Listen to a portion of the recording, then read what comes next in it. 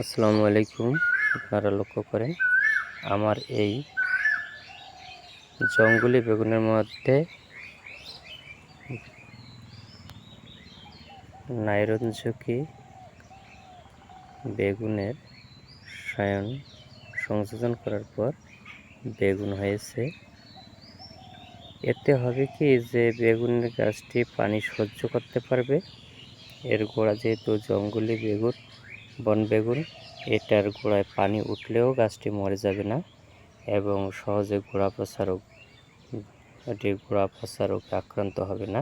এজন্য এই বেগুনি গাছটি আমরা যত্ন করলে সারা বছরেই এই বেগুনি গাছ থেকে আমরা বেগুন পেতে পারি। তবে আমার এই গাছটি রোগাক্রান্ত হয়েছে, অর্থাৎ এই সায়নটিই ছিল রোগাক্রান্ত। আমি উন্নত মানের ভালো সায়ন না পাওয়ার কারণে পরীক্ষামূলকভাবে এই কলমটি করি। ধন্যবাদ সবাইকে।